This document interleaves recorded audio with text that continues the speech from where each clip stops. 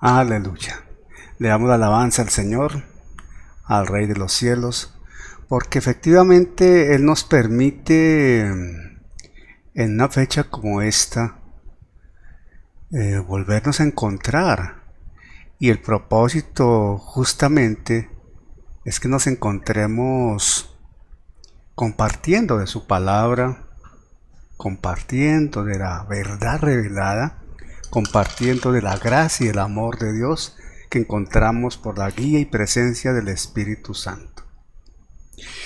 Y para mí también es un motivo de alegría poder continuar en esta noche con un tema que mi esposa inició ya hace varios días. Ella estaba hablando del Espíritu Santo. Y hoy vamos a hablar de un tema que edifica, que anima, que motiva, que alegra, que definitivamente afianza y hace explotar un corazón agradecido con mayor voz de gratitud, pero ante todo con más empeño de ser testimonio, pero testimonio cierto, verdadero de la gracia y el amor de Dios. El título del mensaje de esta noche es Las arras de la eternidad.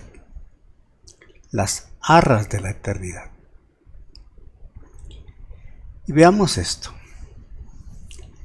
Partamos de un principio básico, y es que indiscutiblemente hay gozo, debe haber gozo en cada corazón que ama a Dios. Es evidente la gracia de vida eterna en aquella persona muerta en delitos y pecados, pero que ahora vive porque Jesucristo es vida. Quien estuvo muerto en delitos y pecados, bajo la esclavitud del pecado, bajo la soberanía maligna de Satanás, al ser liberado por Cristo, vive en gozo, vive en alegría y con voz de gratitud. Cuando transitaba por estas palabras, el Señor me permitió recordar lo que dice Isaías, a la altura del capítulo 38. Isaías 38, a la altura del verso 18 al 20. Isaías capítulo 38, versículos 18 al 20. Dice la escritura así en Isaías 38. Porque el Seol no te exaltará ni te alabará la muerte, ni los que descienden del sepulcro esperarán tu verdad. Ojo, repito, ahí está claramente reflejado la condición del hombre sin Cristo.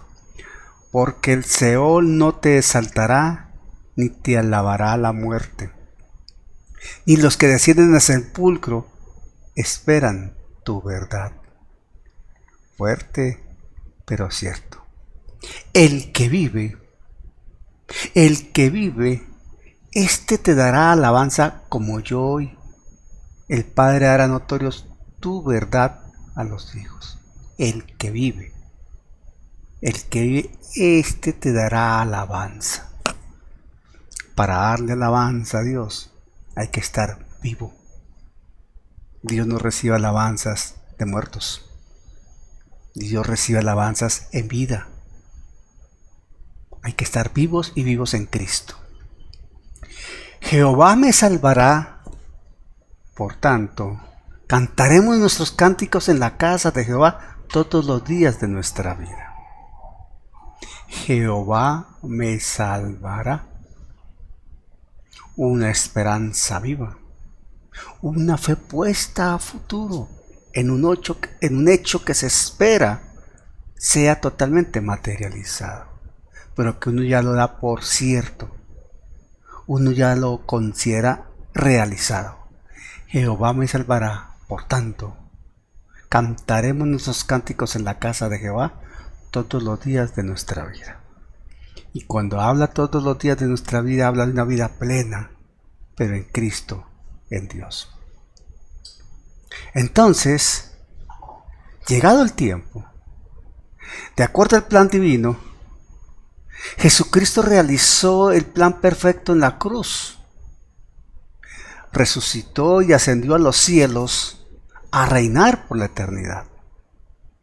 Y ese hecho total de la victoria de Cristo en la cruz y su reino sempiterno, porque regresó al trono, garantiza la eternidad para quien en Él cree, para quien vive porque Él vive, para quien vive porque Él reina, para quien vive porque Él es el Señor, para quien vive porque Él es el Rey de Reyes, para quien vive porque Él es Dios. Y ahí estamos tú y yo, ahí está la iglesia.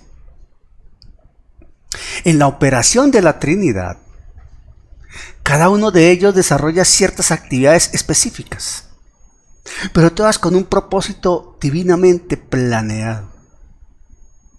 Y es el Espíritu Santo quien convence de pecado, justicia y juicio. Con ello, produce un traslado de muerte a vida, de mentira a verdad, de lo profundo a lo alto, de las tinieblas a la luz, del gobierno de Satanás a la soberanía gloriosa de Jesucristo. Conduce de muerte, traslada de muerte a vida, glorificando a Jesucristo en cada persona que ha nacido de nuevo, desarrollando una vida en santificación y moldeando cada vida de acuerdo al carácter de Jesucristo. Ahora bien, siendo suficiente la obra de la cruz,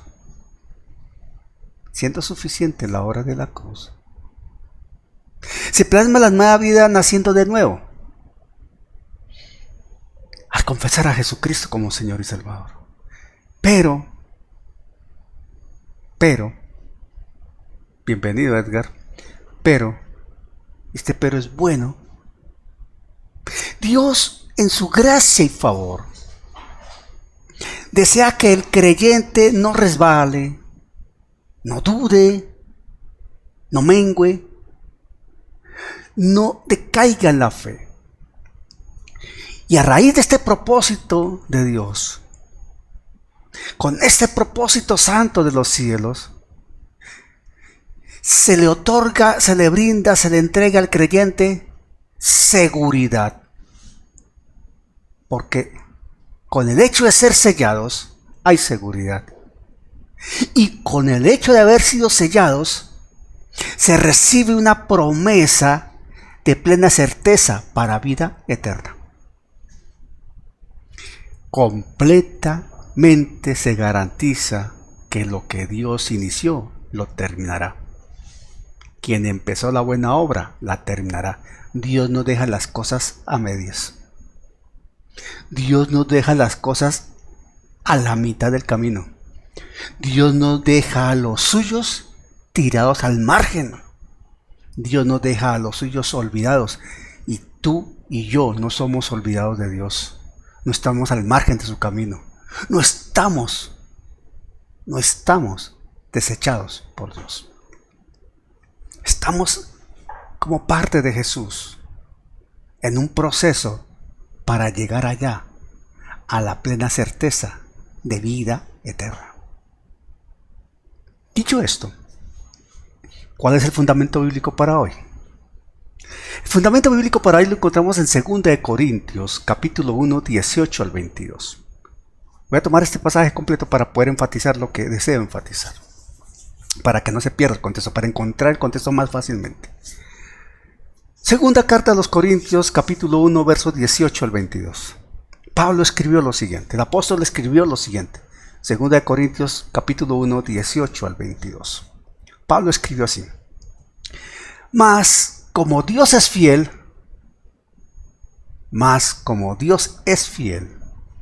nuestra palabra a vosotros no es sí y no. Ojo, mas como Dios es fiel, nuestra palabra a vosotros no es sí y no. Aleluya.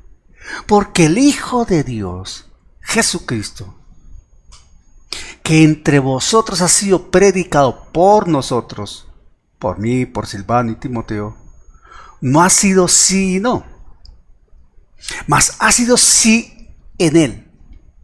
Porque todas las promesas de Dios son en Él sí y en Él amén, por medio de nosotros, para la gloria de Dios.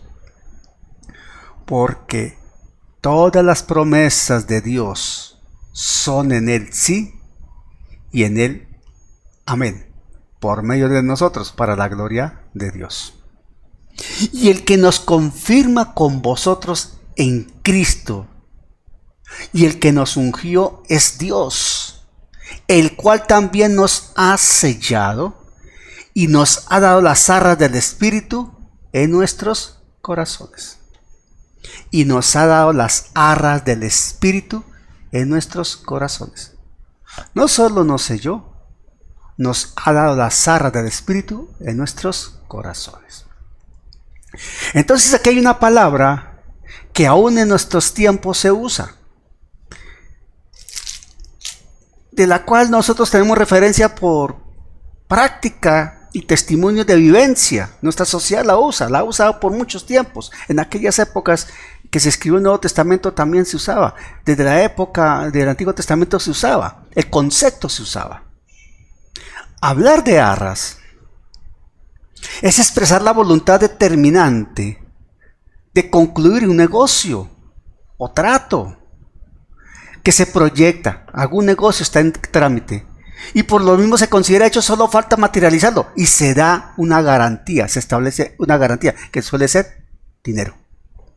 Se paga un avance, se da un porcentaje, se establece un dinero que compromete a los que están realizando el negocio. En el portal gerencia.com, me fui allí a buscar en internet, podemos leer la siguiente definición o concepto sobre lo que es el propósito de las arras. Dice esta publicación virtual lo siguiente, desde un contexto jurídico. Las arras tienen como propósito generar confianza y seguridad contractual entre las partes que intervienen en un contrato o negocio, en la medida en que la parte deudora paga por anticipado un valor que sirve de garantía a la voluntad de las partes de ejecutar lo acordado. O sea, se garantiza de alguna manera que se llega a un final feliz. Esto en un contexto jurídico de negocios, ok. Pero ahora en un contexto bíblico, el comentarista William Berkeley presenta un interesante comentario titulado El goce anticipado del porvenir. Y él lo hace para explicar lo que es las arras desde la palabra griega arrabón. Así como suena, arrabón con B grande, sin H. Solamente, arrabón. Del griego arrabón, es una palabra griega, con origen previo en el hebreo, con el concepto que tiene origen hebreo. Se transmite la idea de una promesa, por la cual se establece, se da una parte de dinero para garantizar esa compra o propiedad. Y eso se da como adelanto, como una garantía. Pablo toma este concepto y únicamente Pablo la utiliza en el Nuevo Testamento. La palabra y el concepto que transmite la palabra arrabón se constituye en algo muy llamativo, porque contiene el propósito esencial de afianzar la fe y la certeza de que la promesa que Dios ha hecho se va a llevar a cabo. Y entonces Dios da algo trascendente, determinante, que confirma y garantiza que el fin será satisfactorio. Dios está hablando. Dios es perfecto. Dios no miente, no puede mentir, va contra su naturaleza. Lo que Él habla con su boca lo ejecuta con sus manos, dice la misma Escritura. Él es 3 veces santo, pero aún así, dada la naturaleza propia de la condición humana, Dios busca elementos de contenido humano que sea fácil para el intelecto humano, para las costumbres humanas, observar, entender y aceptar. por el uso dado por el apóstol, se nota su vehemente deseo de consolidar la fe y certeza de la salvación como doctrina fundamental. Pero, reitero, la afianza en términos entendibles desde la óptica nuestra como hombres, en conceptos y contextos plenamente digeribles, comprensibles, para prácticamente toda cultura, empezando por la misma hebrea. Desde el Antiguo Testamento se toma la idea, en los tiempos de Jesús, con esa injerencia de la cultura griega y romana, greco-romana, la idea se comprende perfectamente. Aún hoy se conserva la idea. 3 veces se lee en el Nuevo Testamento tal expresión. 3 veces se lee en el Nuevo Testamento tal expresión en el mismo contexto e idea. Entonces se afirma más aún esa promesa del Padre, del Dios eterno, de las consecuencias eternas para quien cree en el Hijo, de los beneficios de la eternidad con Dios, y como antagonismo a esto, entonces de las terribles consecuencias para quien se opone y rechaza a Dios. Por ejemplo, en 2 Corintios 1:22, en 2 Corintios 1:22, allí la palabra dice: el cual también nos ha sellado y nos ha dado las arras del Espíritu en nuestros corazones. Lo hemos leído. Es la partecita que nos interesa. Pablo afirma. Pablo es concluyente. Pablo es reiterativo. Pablo se afianza. Pablo deja completamente dado por hecho que Dios nos ha dado el arrabón del Espíritu Santo en nuestros corazones. Esas arras, esa garantía, esa cuota inicial, llamémoslo así. Tan es así que ese mismo pasaje de 2 Corintios 1:22 en Nueva Traducción Viviente, ese mismo pasaje de 2 Corintios 1:22 en Nueva Traducción Viviente, la leemos en los siguientes términos. El mismo pasaje de 2 Corintios 1:22, pero en Nueva Traducción Viviente. Atención, mire cómo dice la Nueva Traducción Viviente. Y nos identificó como suyos al poner al Espíritu Santo en nuestro corazón como un anticipo, ojo, atentos, como un anticipo que garantiza todo lo que Él nos prometió. El Espíritu Santo, el arrabón que identifica a Pablo, es el anticipo por parte de Dios que garantiza que lo que Dios prometió se cumple. Que garantiza que definitivamente estaremos en el cielo con Él. Esto habla que la salvación no se pierde. En 2 Corintios 5:5, yendo ya a 2 Corintios 5:5, habla también del arrabón, refiriéndose al Espíritu Santo como garantía de nuestra próxima habitación celestial.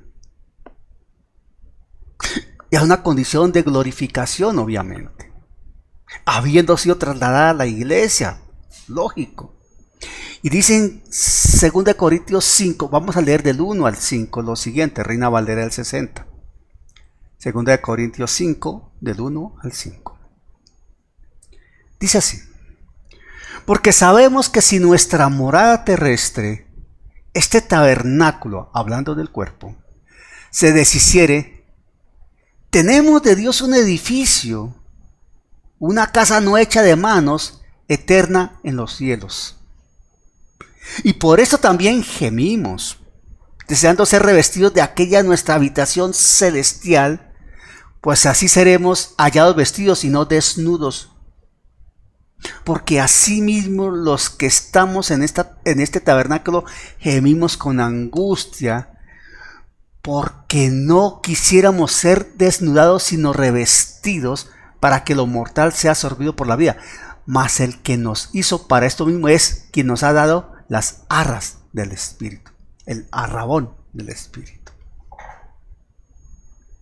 El Espíritu con E mayúscula, hablando del Espíritu Santo. En ese orden de ideas, el tercer pasaje que usa Pablo para hablar de la Rabón, en el contexto del Espíritu Santo como arras, como garantía, está en Efesios 1:14.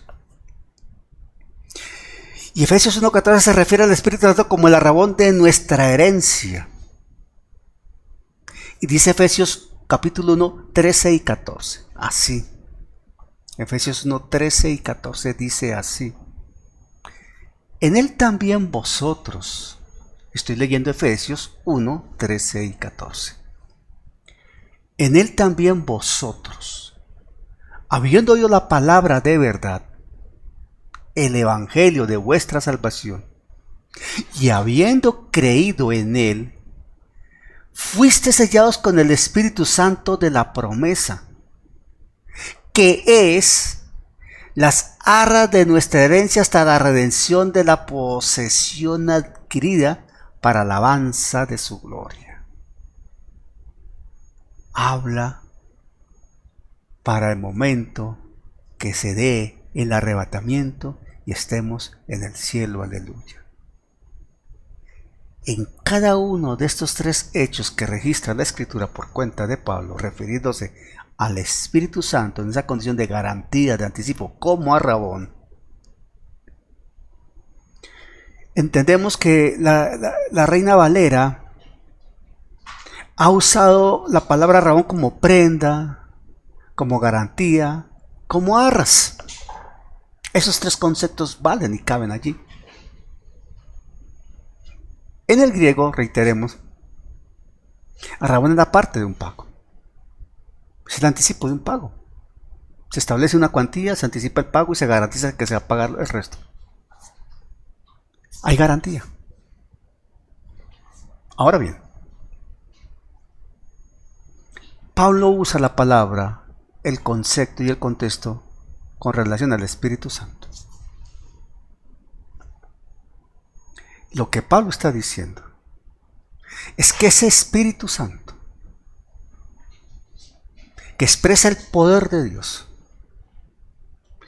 que levantó a Jesucristo de la tumba resucitándolo,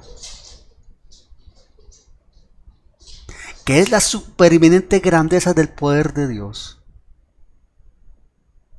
que convence al mundo pecador, al pecador muerto en delitos de pecados, de pecado, de justicia y de juicio, que conduce a toda verdad, que revela lo que está en lo profundo de Dios, en el plan divino de Dios, se lo revela al hombre. Ese Espíritu Santo que forma el carácter de Jesucristo en la iglesia. Ese Espíritu Santo que bendice a la iglesia con dones, con mercedes, con regalos. Ese Espíritu Santo que es el compañero ideal, quien guía, quien acompaña, quien aconseja, quien consuela. Ese Espíritu Santo que vive en nosotros porque somos su templo. Ese Espíritu Santo que fortaleció a Jesucristo y lo guió en victoria, es el mismo Espíritu Santo que nos guía en victoria y está puesto en nosotros como garantía que Dios cumplirá su promesa en Jesucristo. La garantía que Dios nos ha dado, hermano, hermana, la cuota inicial, el avance, la garantía que Dios nos ha dado se llama Espíritu Santo. Dios mismo es la garantía que un día estaremos en el cielo como esposa del unigénito Hijo de Dios. Lo que Pablo está hablando es que esa acción de Dios nos hace absolutamente importantes para Dios,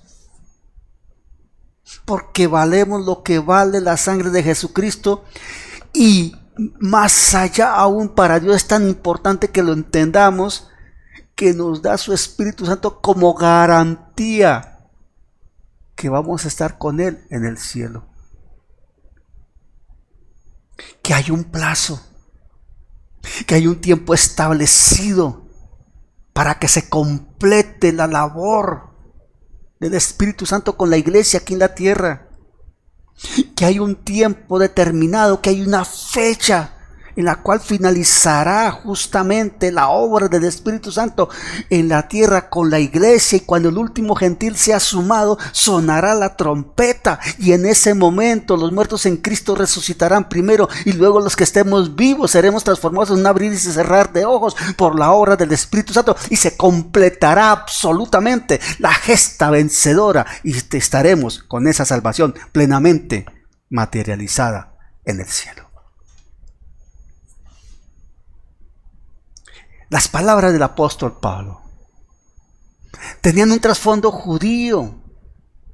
Se lo estaba diciendo inicialmente a los judíos, ellos lo entendían, lo sabían, porque ellos conocían bien lo del Espíritu Santo en dos grandes funciones, en dos determinantes funciones. Pablo les estaba hablando a judíos inicialmente porque el evangelio se transmitió primero a los judíos. Los componentes de la iglesia fueron principalmente, en un altísimo porcentaje, inicialmente judíos. La iglesia empezó en Jerusalén. Eran judíos los que empezaron la iglesia, los apóstoles judíos, y estaban hablando del Salvador, que era también de origen judío. Y ellos conocían que Dios se dirigía al hombre a través de su Espíritu Santo, de acuerdo a lo que relata el Antiguo Testamento.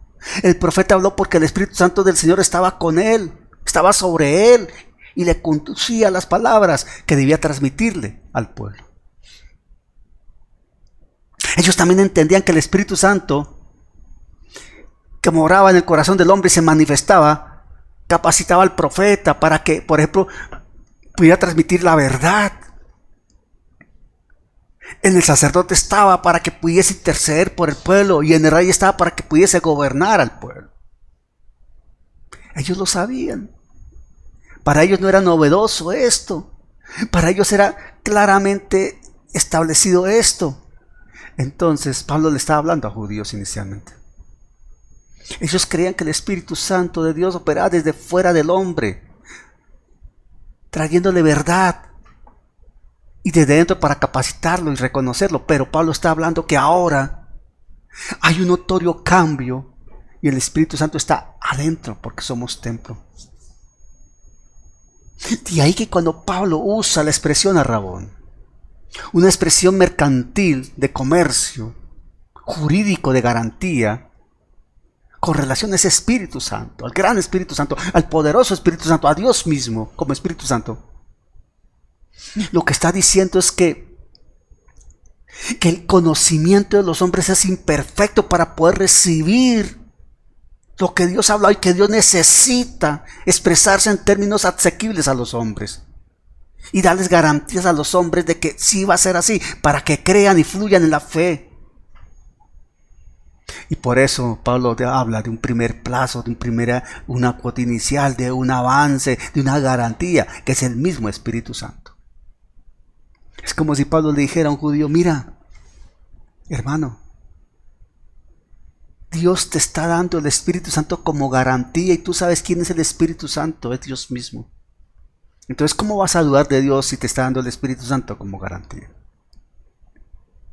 ¿Cómo vamos a dudar de Dios si nos está garantizando su promesa, su palabra, con la manifestación, presencia y obra del Espíritu Santo?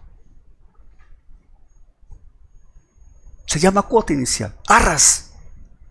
¿Cómo vamos a dudar de Dios? ¿Cómo? Pero dudamos. ¿Cómo vamos a rechazar a Dios cuando manifiesta con su Espíritu Santo que Él está dispuesto y disponible para llevarnos por el camino de santidad con un rumbo seguro que se llama, en el destino final, el cielo? Pero lo rechazamos. Los hombres lo rechazan. Los hebreos lo rechazaron. Y aún hoy lo rechazan. Pero Dios está ahí presente. Lo que Dios está hablando es algo claro. Hay un gozo claro. El gozo del Espíritu. La certeza de la convicción que Dios cumplirá lo que prometió. Dios cumplirá lo que promete. Ahora vemos por espejo, oscuramente, dice Pablo en 1 Corintios 13:12, mas entonces veremos cara a cara. Ahora conozco en parte, pero entonces conoceré como fui conocido. Tal vez no lo entendamos todavía, pero la fe entra en acción. Si Dios me ha dado como arras, como garantía, como parte inicial al Espíritu Santo, es porque Dios cumple lo que promete, y que llego al cielo, llego al cielo. Está en mí creerlo, recibirlo, aceptarlo, vivirlo y gozarme con esa promesa viva, porque en el cielo estaremos para alabanza de su gracia y gloria de su nombre. Amén, amén. Hasta la próxima, mis hermanos. Que la gracia les acompañe.